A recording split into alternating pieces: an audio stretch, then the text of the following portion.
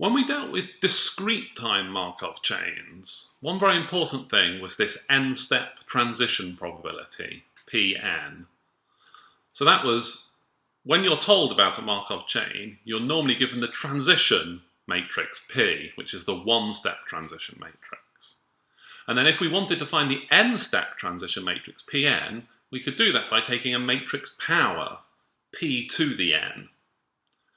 So we'd like to do something similar in continuous time. We'd like to be able to find a kind of time t transition probability, pt, being the continuous version of Pn. But here, we're normally given a Markov chain by being given the generator matrix Q. So there's a question here about, given Q, how can we find this time t transition probability, P of t, which is the thing we'd actually want? And the way we're going to do this is by looking at some differential equations called the forward and backward equations. So let's start looking at that.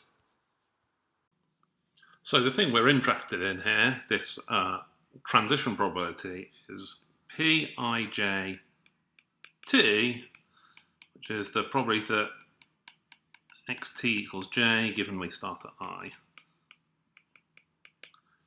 And as we did in discrete time, it will often be convenient to think of the matrix P of t being the matrix of these Pij of t's.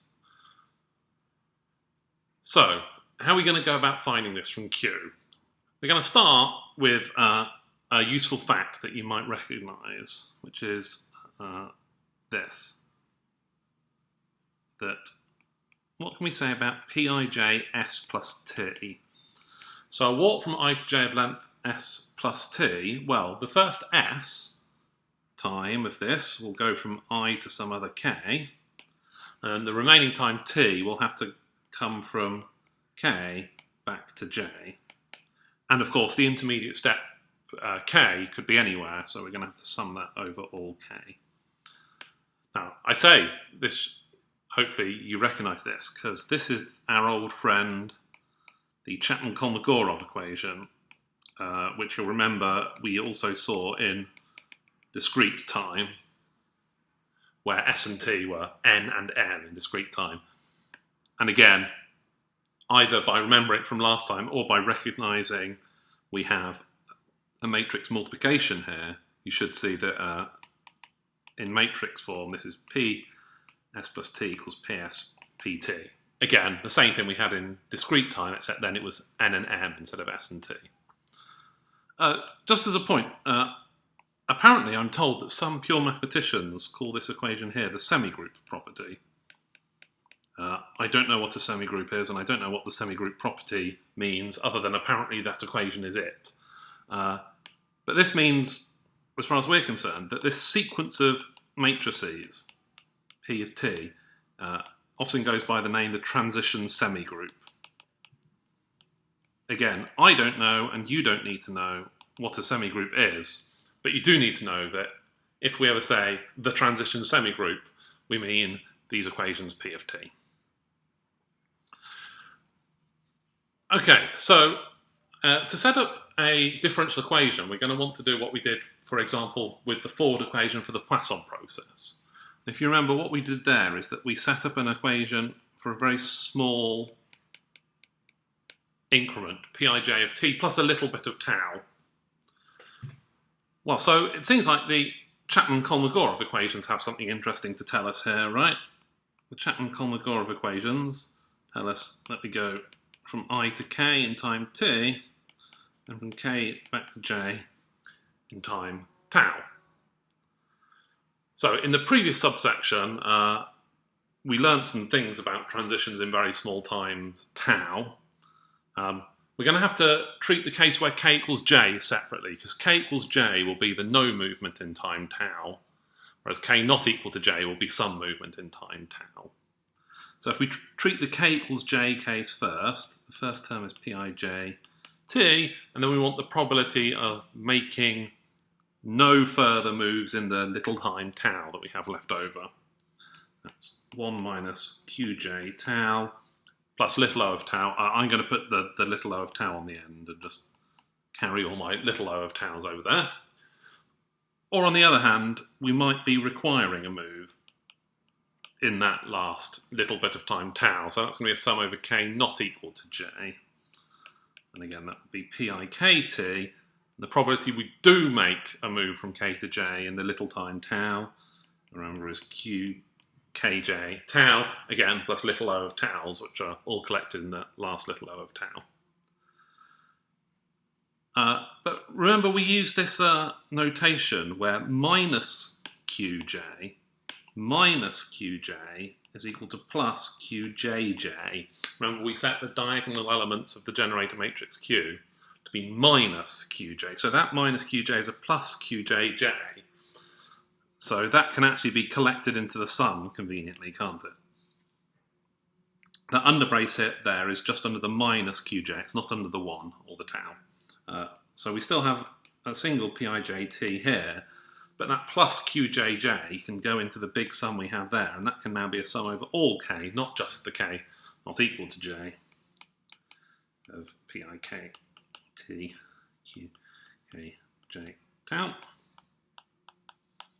So that's one of the reasons why it was so convenient to do that, putting a negative number down the diagonal of q. It seemed a bit of a weird thing to do, but it's made that sum work out rather nicely.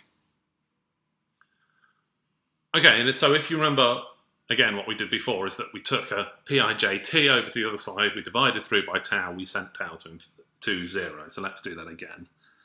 Take that pijt there over to the other side.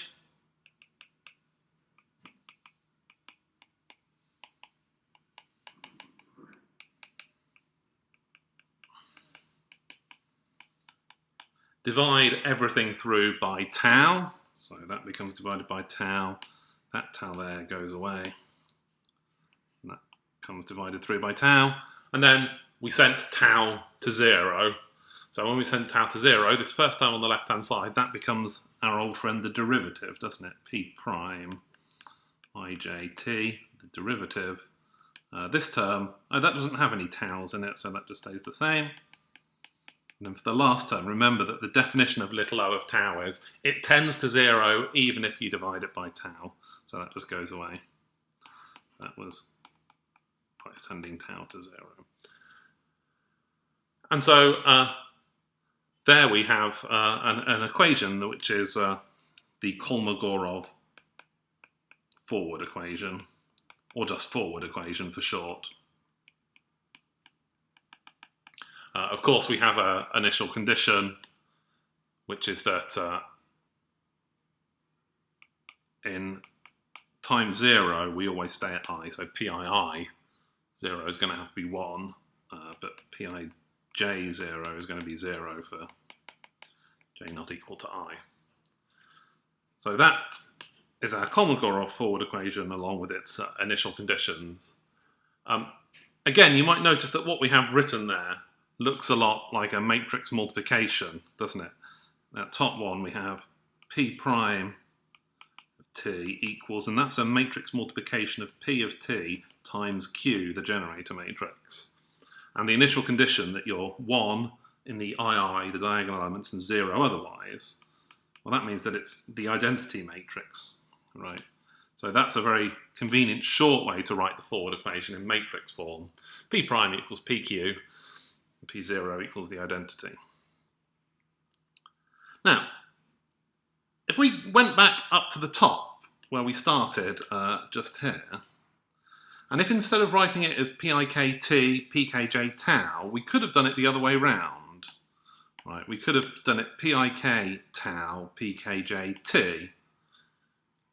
And if we'd have followed the same working through the same way, which I'm not actually going to do, but basically you'd have got exactly the same thing back, but with the P and Q the other way round.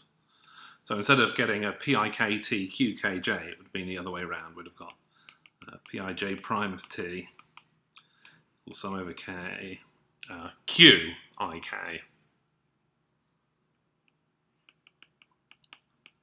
PKJ t together with our old friends, the initial conditions, Pii 0 equals 1, Pij 0 equals 0, Or again, in convenient matrix form, P prime T, instead of being P times Q, would have got Q times P.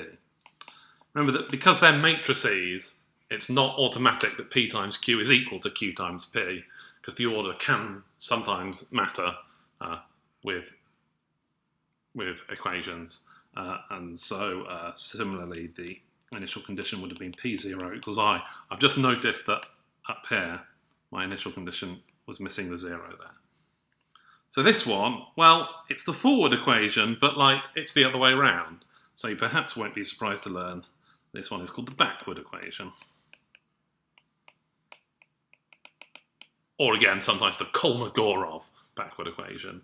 And so these forwards and backwards equations are telling us how to find P of t if we're given Q, which is it's the solution to a differential equation, either the forward differential equation or the backward differential equation. Either of them gives us a way of finding P if we're given Q. In the next subsection, we'll see a bit more about how to solve that.